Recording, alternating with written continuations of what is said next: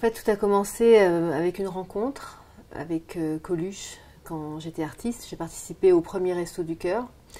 C'était un moment incroyable parce que c'était la première soirée. Là, j'étais vraiment venue en tant que chanteuse et musicienne, donc c'était dans un autre contexte. Mais Coluche, c'est vrai que je l'ai croisé plusieurs fois. Il m'a parlé évidemment de son engagement, de ce qu'il pensait par rapport à la société, de ce sentiment d'engagement, de solidarité avec les plus précaires, avec les plus faibles. Donc je pense que cette rencontre déjà a commencé à me marquer. Et puis après, je me suis engagée dans d'autres associations. Et j'ai fait un livre avec Kenza Braga qui s'appelait Deux femmes en colère, où on parlait un petit peu de nos parcours de femmes juives et musulmanes, et puis de notre, on va dire, chemin de combattante pour un peu nous libérer de l'emprise et du carcan familial dans lequel on était. Donc après ce livre, il y a eu beaucoup de témoignages de femmes qui sont venues nous dire, voilà, on ne sait pas où aller, dans quelle association aller, parce que nous aussi, en tant que juives, en tant que musulmanes, on a du mal parfois à s'en sortir. Et ce chemin vers la liberté, vers vraiment l'émancipation, c'est un long chemin, donc on s'est dit que ce serait bien si on pouvait les aider. Donc on a commencé à leur répondre par des courriers, puis je trouvais que ce n'était pas suffisant. Et je crois que la rencontre avec Madame Simone Veil m'a ouvert les yeux sur cette envie de m'engager un peu plus. Et j'ai créé un dimanche après-midi l'association Parole de Femmes. Et c'est seulement peut-être 2 ans ou 3 ans après, lors d'une conversation avec Sandrine Bonner, que j'ai compris pourquoi vraiment j'avais créé l'association Parole de Femmes. Puisque bon, j'avais été victime de violences et puis j'avais été surtout une mère isolée et j'avais été très précaire puisque je vivais seule avec ma fille et voilà, je travaillais la nuit, je travaillais le jour, c'était assez difficile comme vie, j'avais beaucoup de mal à trouver un logement. Donc je crois qu'en fait tout m'a guidée vers la création de cette association et que la véritable raison, je ne l'ai compris qu'après avoir créé Parole de Femmes. Donc, pour toi, c'est quoi? Est-ce que tu crois que les hommes et les femmes, ils sont égaux? Ouais. Tu crois qu'ils ont les mêmes droits? Oui. Non. Non? Ils n'ont pas les mêmes droits, mais... normalement, on a tous les mêmes droits, mais les hommes, ils traitent pas, je sais pas. Ils donnent pas les mêmes droits aux femmes, comme nous. On a plus de droits qu'eux. Et toi, qu'est-ce que tu en penses? Je dis que les hommes et les femmes sont égaux, mais il y a plein de fois... ils disent que les hommes ne sont pas égaux aux femmes. Les hommes, ils ont plus de droits que les femmes. On a commencé à intervenir dans les écoles. On a créé des modules d'égalité. Et on est allé dans beaucoup d'établissements scolaires à raison de 12 séances par an ou davantage. Et en travaillant avec les enseignants, avec les parents, avec les enfants, on s'est aperçu quand même que quand on reste longtemps dans une école, les choses avancent. On est ce qu'on est, on est avec des racines, avec une identité, on fait une religion, c'est une chose, ça c'est la partie privée, c'est à la maison, c'est les fêtes, et vous avez le droit de vivre votre spiritualité, vos croyances. Mais une fois que vous êtes tous ensemble ici, c'est une école laïque. Vous savez ce que c'est que la laïcité? On en a parlé l'autre fois. Donc c'est toutes les religions, donc vous êtes égaux. C'est bien dans cet échange parce que vous parlez à cœur ouvert. Et quand vous dites la vérité comme ça, on voit qu'il y a beaucoup de préjugés. Et quand vous sortez d'ici, grâce à cette initiative avec Olivia, Parole de Femmes, vous allez vous rendre compte qu'en fin de compte, vous êtes tous identiques et tous égaux. C'est comme une petite graine qui poussera au fil du temps. Et puis, oui, j'ai un peu d'espoir. Ouais. Il y a eu vraiment beaucoup de marraines qui sont venues au sein de l'association. Il y a eu Lara Fabian avec laquelle on a fait ce fameux clip qui est passé dans tous les médias où on a déguisé, où on a habillé Lara Fabian, Fiona Gélin, Mara Calter, Bruno Volkovitch en SDF. Oublié de la crise face à l'indifférence générale, aujourd'hui en France, des mamans isolées, parfois victimes de violences, sont expulsées de chez elles, sans promesse de relogement, aucune. Moi, je m'engage auprès de l'association Parole de Femmes pour soutenir son projet de maison citoyenne, afin d'offrir tout simplement à ces femmes et à leurs enfants un toit, une dignité et un espoir d'avenir. Soutenez, vous aussi, Parole de Femmes. Demain, qui sait, cela peut être vous. Je vais prendre ton micro. Vous avez une petite pièce, madame? Ah ben non.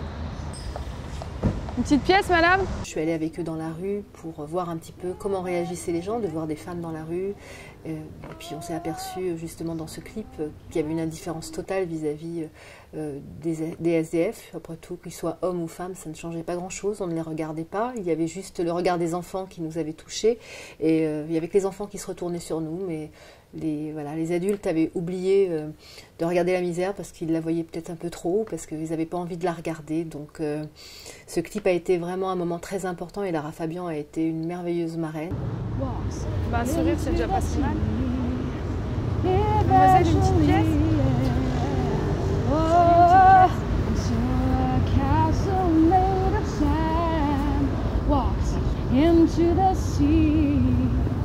Une petite pièce, madame. Notre projet verra le jour plus vite, je pense aussi, avec l'aide des artistes et leur soutien. C'est le nouveau combat dans lequel nous nous sommes lancés. Les mamans qui ont un enfant autiste et qui ne peuvent pas les accompagner à l'école, les intégrer au sein des établissements scolaires et qui vivent dans un grand isolement. Donc ça, c'est le nouveau combat de Parole de Femmes.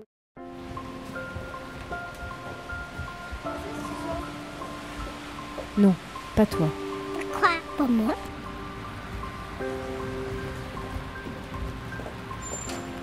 Non, pas toi. Pourquoi pas moi?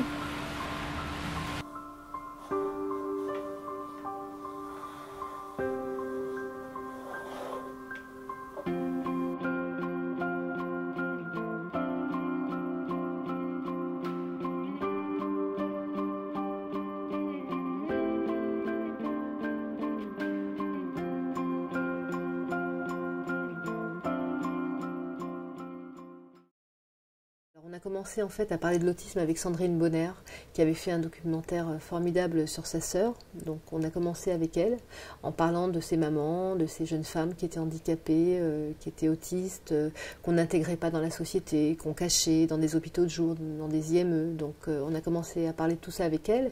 Et puis j'ai eu le bonheur d'avoir un petit enfant qui a eu ce problème-là. Et du coup, je me suis aperçue du parcours du combattant que devaient livrer notamment les mamans, parce que souvent les mamans se retrouvent seules avec un enfant handicapé, mais il y a aussi heureusement des papas qui restent et qui les soutiennent. Mais c'est vrai que ces femmes se retrouvent dans des situations vraiment d'isolement et de précarité intense, parce qu'aujourd'hui en France on a 50 ans de retard. Non seulement il n'y a que 20% d'enfants handicapés qui sont intégrés à l'école, ce qui est vraiment très peu, alors que dans d'autres pays on est à 50, 60, 70%. Et puis on essaye vraiment de les cacher. Il n'y a aucun centre de stimulation, de centre éducatif, cognitif, comportementaliste. On connaît mal l'autisme, on en fait vraiment une maladie mentale. Et puis on cache ses enfants, on ne veut pas les montrer, on ne veut pas en parler. C'est encore quand même extrêmement tabou. Donc ce sujet, on a essayé de le porter vraiment dans les médias. Au sein des politiques, il y a des politiques qui commencent à s'y intéresser. Nathalie Kosciusko-Morizet qui commence à s'y intéresser. François Hollande, que j'ai vraiment essayé d'approcher pour qu'il entende ce que j'avais à lui dire sur ce retard. Est-ce que vous seriez favorable, par exemple, pour doubler l'allocation des mères isolées, pour créer des structures d'accueil, d'accompagnement et de réinsertion de mamans avec enfants, chose qui pour l'instant n'existe pas en France, qui existe dans beaucoup de pays? J'ai déjà fait la proposition d'augmenter l'allocation de rentrée scolaire de 25% dès la prochaine rentrée. Je poursuivrai cette politique. Est-ce qu'il faut passer par l'allocation des parents isolés? Ça peut être une solution. Je préfère passer par la présence d'enfants et donc par l'allocation de rentrée scolaire. Nous, on a fait une proposition de loi, c'était en 2007, dans notre pacte féminin, qui était justement sur l'égalité salariale. On aimerait que ça soit fait par les contrôleurs URSSAF pour que cette égalité salariale avance vite, ce qui n'est pas le cas aujourd'hui, puisqu'il y a une loi qui est passée, mais qui finalement peut prendre 20 ans. Donc nous, on veut que les choses aillent vite pour qu'en 5 ans, enfin, cette égalité salariale puisse être obtenue. Est-ce que vous êtes prêts à aller aussi loin? Des lois, il en existe. Et il n'y a pas besoin de faire de nouvelles promesses ou de proclamations pour une nouvelle législation. La vraie question, c'est comment contraindre les entreprises.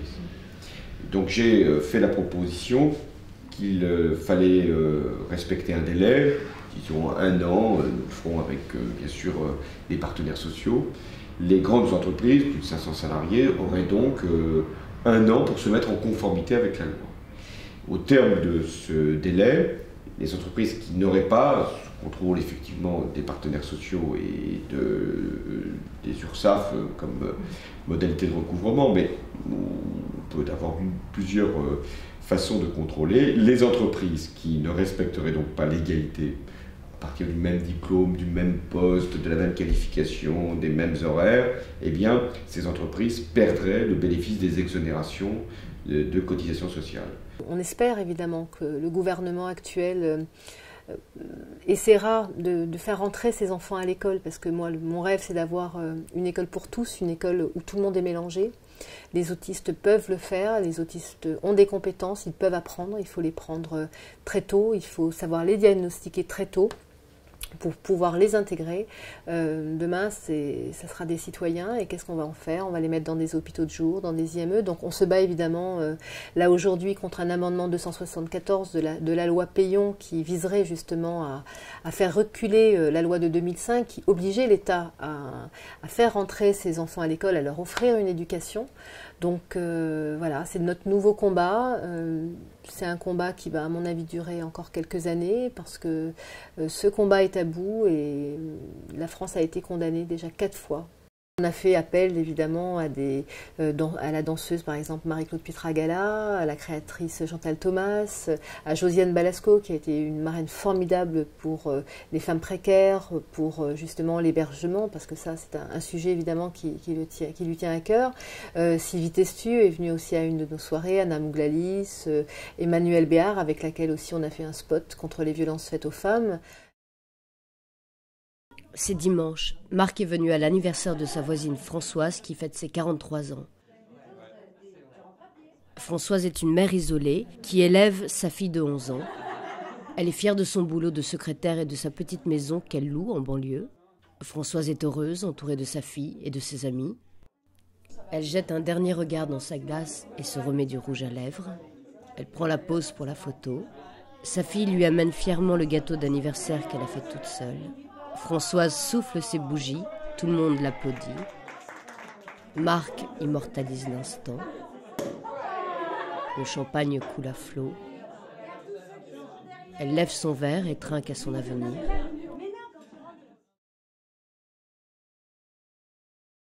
C'est lundi. Françoise a passé sa 3e nuit dehors dans ce jardin parisien.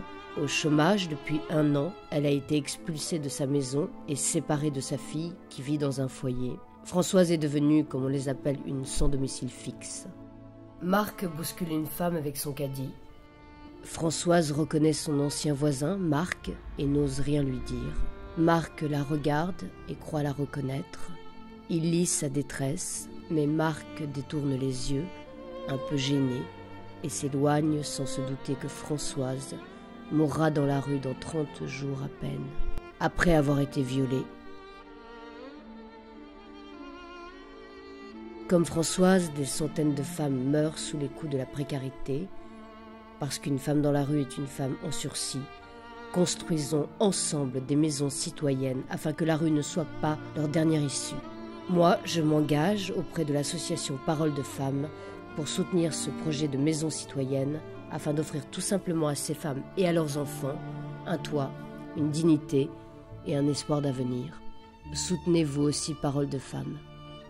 Demain, qui sait, cela peut être nous. Puis des journalistes comme Daphné Burkli, Christine Kelly, qu'on a essayé de sensibiliser aux foyers monoparentaux. D'ailleurs, elle en a fait une fondation. Donc voilà, c'est toute cette émulation, toutes ces rencontres qui ont vraiment fait aussi aboutir certains projets. Catherine Sellag, Françoise Laborde, je vais en oublier, mais des hommes sont venus aussi nous soutenir parce que pour nous, c'était très important d'avoir des hommes. Il y a Jean-Pierre Mocky, Bruno Solo. Je voudrais vous parler de Sarah, 35 ans, intermittente du spectacle, qui vient récemment de se séparer de son compagnon et qui ne va pas tarder à être expulsée de chez elle. Je voudrais vous parler de Sophie, 60 ans, qui vient, elle, de perdre son mari, qui se retrouve avec un enfant handicapé à charge. Ou encore de Laurence, 24 ans, un enfant, elle aussi, journaliste et qui ne trouve plus de pige. De Françoise, mariée, ouvrière, 45 ans, mère de 3 enfants et dont le mari vient justement de perdre son emploi. Je voudrais enfin vous parler de plus d'1,5 million de femmes, avec ou sans enfants, qui vivent aujourd'hui en France dans une très grande précarité. On vient de le voir, ils sont nombreux les accidents de la vie indépendants de notre volonté. Aussi, lorsqu'on est seul et qu'on traverse ce genre d'épreuve, il serait bon de pouvoir trouver un havre de paix, un endroit où l'on puisse poser ses bagages, trouver du réconfort, une main tendue pour affronter le quotidien et se tourner vers l'avenir. Hélas, en France, il n'existe aucun endroit adapté pour ces familles monoparentales, aucune structure capable de les accueillir et de les aider pour leur réinsertion. Thomas Dutronc, Bruno Volkovich, Stéphane Fraisse ou encore Jean Dujardin ou même le footballeur Emmanuel Petit, des rappeurs comme Passy, Alain Chamfort et le violoniste Laurent Corsia. Et puis on a eu aussi beaucoup de chanteuses avec le disque que l'on a fait Libre de chanter. Ce disque-là, ça a été aussi une grande aventure avec toutes ces chanteuses qui ont participé à ce disque qui a été produit par Universal. Je veux partager autre chose que l'amour dans ton lit et entendre la vie et ne plus m'essouffler sous tes cris. Pourquoi ce projet? Pour plein de choses. Peut-être à commencer parce que je suis une femme, en tout cas en devenir de. J'ai été ravie de l'invitation, de la proposition. Je suis ravie d'être aux côtés des artistes qui sont là aussi ce soir. Je crois que la cause me parle beaucoup aussi, me touche. Et si on peut faire quelque chose au travers d'un album, au travers d'une émission, forcément, j'ai répondu présente.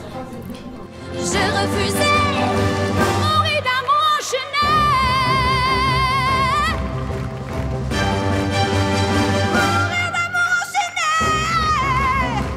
Je suis très heureuse de soutenir l'association et voilà, je suis là pour porter leur voix à toutes ces femmes.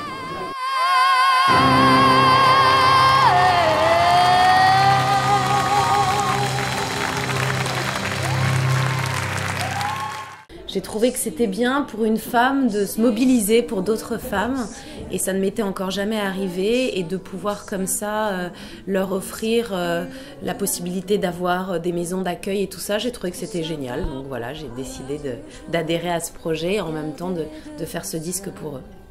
C'est quand même très difficile de dire non à un projet qui prévoit d'aider des femmes dans la détresse, qui prévoit de créer un foyer pour elles, de les accueillir. Ça me semblait complètement impossible de refuser. En plus de me retrouver avec toutes mes copines et de chanter en duo avec l'une d'entre elles, ce qui n'est pas une chose aussi fréquente dans notre métier, c'était une super occasion. Donc c'était d'une pierre deux coups, à la fois se faire plaisir et puis voilà, en apportant une petite pierre à l'édifice de ce foyer. L'engagement, c'est pas quelque chose de difficile quand le projet est simple. Et quand la cause nous concerne. Là, je crois que moi j'ai été une maman célibataire, seule avec un enfant, sans argent. Et heureusement qu'à l'époque on n'était pas passé à l'euro, parce que sinon je pense que j'aurais pu rien manger, ni mon fils. Et il a fallu un certain temps pour qu'on puisse retomber sur nos pattes, mon fils et moi. Et j'aurais bien aimé à l'époque me dire qu'il y avait une association sur laquelle je pouvais compter. Donc pour moi, ça me paraît injuste au retour des choses, tout simplement. Ça a fait en fait vraiment rayonner notre association en France, mais aussi à l'international. Il s'est très bien vendu et ça a permis vraiment de pouvoir justement mener la construction de cette première maison citoyenne, d'essayer de trouver un terrain pour pouvoir la financer. On veut absolument construire cette première maison pour accueillir des femmes précaires, des femmes victimes de violences, mais avec leurs enfants, pour un moment un peu plus long que 2 jours, pour pouvoir les aider à se reconstruire, à les aider à se réinsérer dans la société, à trouver un boulot, à se former. Donc ça, c'est évidemment notre projet phare. Bonjour, toutes les lignes de votre correspondance sont occupées. Veuillez rappeler ultérieurement. Hello, all of the lines of your correspondent. Voilà, ça c'était le 115. Le 115 que l'on doit appeler quand on a une personne qui vient à notre bureau pour nous demander un hébergement d'urgence. Donc maintenant je vais appeler le 3919 qui est le numéro de la plateforme nationale. Toutes nos lignes sont actuellement occupées. Nous vous invitons à nous rappeler du lundi au samedi de 9h à 21h. On va retenter d'appeler le 115. Bonjour, toutes les lignes de votre correspondance sont occupées. On va appeler directement les centres d'appel d'urgence et puis certains centres maternels d'hébergement pour voir si eux nous répondent. Alors nous on fait pas d'hébergement d'urgence et surtout on prend des fratries que 2 maximum. 2 maximum. C'est des enfants de moins de 3 ans qu'on accueille. Bon, bah écoutez, très bien. Écoutez, j'appelle tout de suite. Les enfants sont âgés de quel âge 2 ans, 7 ans et 14 ans. C'est pour la personne de 14 ans, c'est un garçon? C'est un garçon. Comme j'ai vu, c'est pas possible que les garçons les acceptent juste à partir de 13 ans. Parce qu'à partir de 14 ans, la loi considère que ce sont des jeunes hommes et on n'associe pas les hommes ici. Le deuxième service, qui est le service de mise en sécurité, Oui. c'est de l'accueil d'urgence. Oui. Il passe par le 115. Sauf que le 115 ne répond pas au téléphone. Ouais, je sais. Fait qu'aujourd'hui, en France, à Paris, notamment où on sait qu'il y a bientôt des élections municipales, il n'y a toujours pas de centre d'hébergement d'urgence pour les femmes. Quand on a une femme qui arrive et qui s'est décidée enfin à venir contacter une association pour quitter son mari qui la frappe, aujourd'hui, voilà, elle ne trouve pas de place d'hébergement. Au lieu de nous faire de jolis discours sur le plan d'action formidable qu'on va mettre en place, je pense que déjà la première urgence à faire, c'est de créer des places d'hébergement.